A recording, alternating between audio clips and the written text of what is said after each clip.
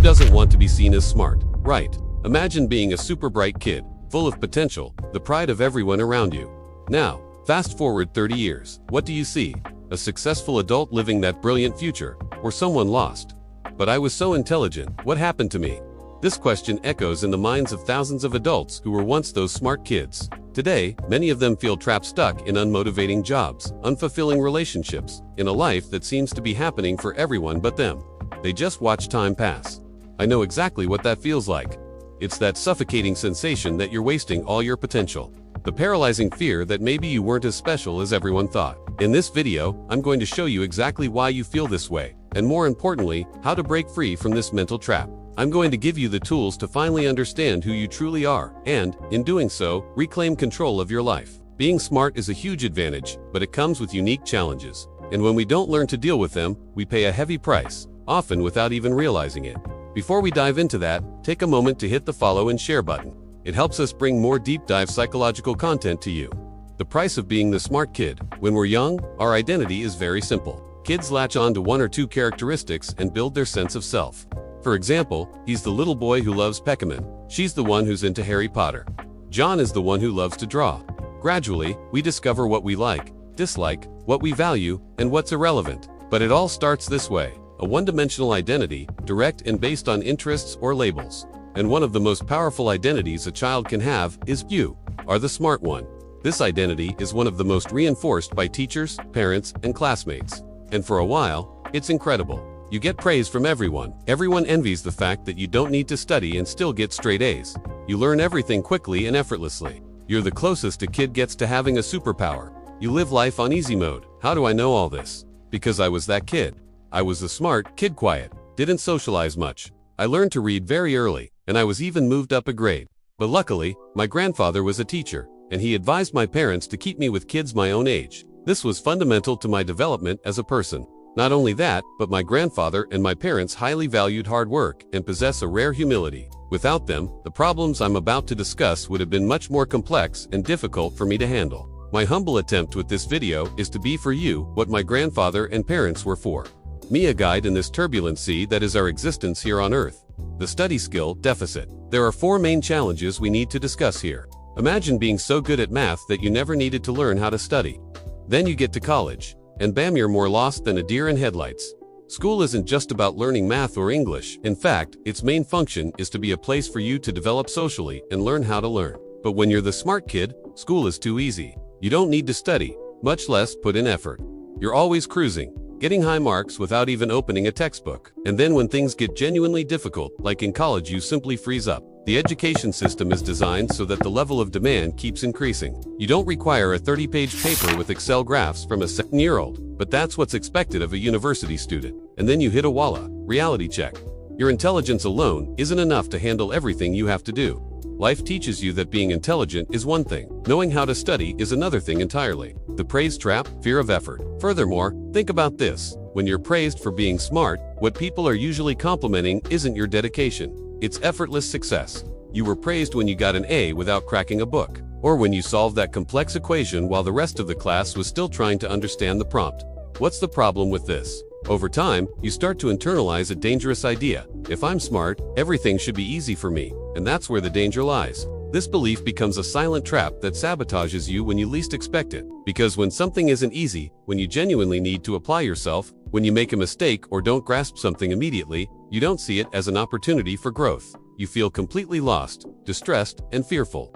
For others, it's just another challenge. For you, it's a threat to your identity. You think, if I'm smart, why am I struggling? Why do I need to try hard? How could I have made a mistake? And the worst part is that instead of facing these difficulties to learn and evolve as a person, you start to avoid them. You won't play a sport unless you're sure you'll excel. You won't participate in debates unless you completely master the topic. You don't seek out things you might love because they might reveal that perhaps you aren't so smart after all. After all, in your head, smart people don't need to put in effort to stand out. The result is that your life becomes increasingly narrow. You only do what's familiar, what's safe, while everyone else is out there experimenting, failing, learning, and growing. You're trapped inside an ever-shrinking comfort zone. And the longer this lasts, the harder it is to get out. The burden of expectation and the gap, all of this combines with the weight of expectations placed upon you. Since you were little, everyone told you, you're too good, how much potential you have. Your future is bright. It's like life is a construction project. Everyone aims to build a house. But with all that potential, you can't just build a house. You have everything to build a mansion. What nobody tells you is that building a mansion is much harder and takes much longer than building a simple house. Even if you start ahead, with all the necessary materials and the blueprint in hand, it still requires far more work to build. Many people make the mistake of thinking that if you're very smart, everything will be easier for you, that you'll need to put in less effort to achieve extraordinary results. But real life doesn't work that way. This is clearer if we look at sports. Think about Michael Phelps, a phenomenon with unparalleled talent, but he didn't train less than his competitors to become the most decorated Olympian in history. On the contrary, he trained more, dedicated himself more, and sacrificed more than everyone else. Michael Jordan, same thing. Serena Williams, Pele, Ayrton Senna. Their talent opened many doors, of course, but it was their hard work that took them to the top. If their main goal was just to be a college champion, maybe talent would have been enough. But they wanted to be the greatest of all time, and there are no shortcuts for that. But you, the super smart kid, put in a little effort and expect to build a mansion. And in reality, you've only built a small house. This is where a gap emerges between what you think you're capable of doing and what you're actually doing. It's in this gap that shame, insecurity, and low self-esteem are born. You should be doing more with your life. You're wasting your potential. All this accumulates and destroys your self-worth. It becomes increasingly difficult to feel motivated to do things. Day after day, this gap grows more shame, more insecurity. It's like you're trapped in a vicious cycle. The more you pressure yourself, the less you do. The less you do, the more you pressure yourself, the ego's prison, cognitive empathy, and isolation. With all this going on, you end up clinging desperately to the only thing you know, being smart, and you build your entire identity around it. But life, my friend, doesn't spare you. At some point, you'll realize you've built a whole identity based on something fragile. You can't afford to fail, to make a mistake, to threaten the one thing you're good at. You can't threaten your identity. So, you slowly start to isolate yourself, because human connection comes from activities we do together, especially from the problems and challenges we face together. And if you don't want to face difficulties, you deliberately distance yourself from the very situations that bond people most. You miss out on the moments that genuinely create friendships and true bonds. And suddenly, without realizing it, you start withdrawing from social interaction. But like every human, you still long for connection, for friendships, for laughter, for love. And what do? You do what you know how to do. You rely again on your intelligence, and this is your biggest mistake. Our mind is formed by a tripod: the emotional part, the intellectual part, and the ego. The intellectual part is our logical, analytical, and rational capacity. The emotional part is feelings: fear, joy, and sadness. And the ego is your identity, who you believe yourself to be. When you create your identity based only on intelligence, your intellectual part develops greatly, but your emotional control and your ego become underdeveloped. The complicated part is that these three parts constantly interact, and the strongest one always wins. But my intellect is too strong. It will always win. That's where you're wrong. Your intellect is strong, sure, but your ability to control your emotions and your ego is so small that these parts will completely dominate you without you even noticing. When your intelligence is dominated by emotions or your ego, that's where cognitive biases arise. And when that happens, you think, what he's saying won't work for me. I'm different. Or so-and-so didn't consider all the variables. It sounds rational, but it's not. You convince yourself that you're smart but just very lazy. This is more comfortable than admitting you're afraid to try and fail. As these biases deepen, they start affecting your relationships in a peculiar way. You develop what science calls cognitive empathy. When we think of empathy, we think of something emotional, right? You see someone crying, you feel the person's sadness. You put yourself in their shoes, you understand by feeling their emotions.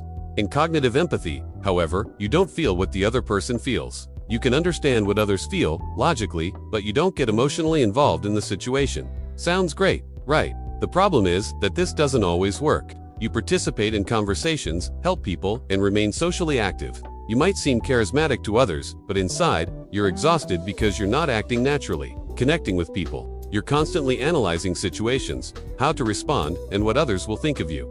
This is utterly draining. I know exactly what that feels like. I did this for years of my life. You not only feel incredibly tired, but also like a fraud. It's as if people like the person you pretend to be, not who you actually are. And to prevent people from discovering who you are behind the social mask you've created, you start avoiding social events. That's where the loneliness deepens. As this pattern intensifies, emotional exhaustion increases, and loneliness seems unbearable. You feel forced to use your ultimate defense. I'm different. I'm too deep for superficial friendships. This is defensive arrogance. Now, instead of admitting you're lonely, you convince yourself you're above others. Deep down, you don't believe this, but thinking this way hurts less than admitting that this loneliness is your fault. You excluded yourself from the world out of fear. And no matter how bad you feel, being lazy, having low self-esteem, socially isolated, you're still smart. It's all you have. So you start using reason to improve yourself. You analyze your own behavior down to the smallest detail, and there's no solution. The problem is that intelligence was not designed to fix emotional pain or your self-esteem. It's a tool to solve external problems. The truth is, there is no rational answer to the question, am I enough? This question can only be answered emotionally, and that's an area you haven't developed in your life. This pattern of thought is a prison you built yourself. You're creating a wall between yourself and everyone else. And even when you want to connect with someone, try a new friendship, or go out with someone you're interested in, the wall keeps you from moving forward. Human connection requires humility, presence, being seen, and, crucially, exposure and vulnerability. This is something you are unwilling to do because your identity could be destroyed, and you don't know if you could endure that pain. Everything I've talked about so far is a survival strategy that has stopped working. And now that you understand how you got here, I'm going to show you how to find the way out, how to reclaim your life great. So, how do we fix all this? I'm going to be very honest, it's not going to be easy. I tell you from personal experience, it will be painful, difficult, and require a lot of dedication, reflection, and willpower.